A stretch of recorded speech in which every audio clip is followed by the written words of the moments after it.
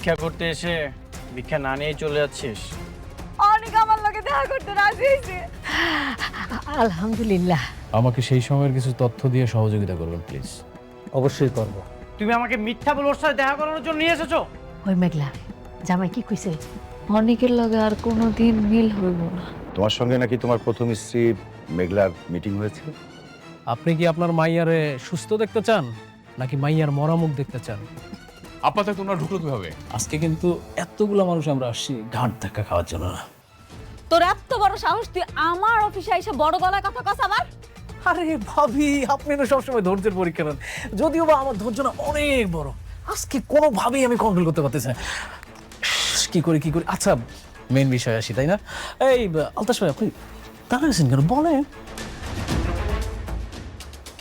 সেদিনই আমার সন্দেহ হয়েছিল শাকের সাহেবের মতো একজন ভদ্রলোকের মেয়ে এত বেয়াদব হয় কি করে।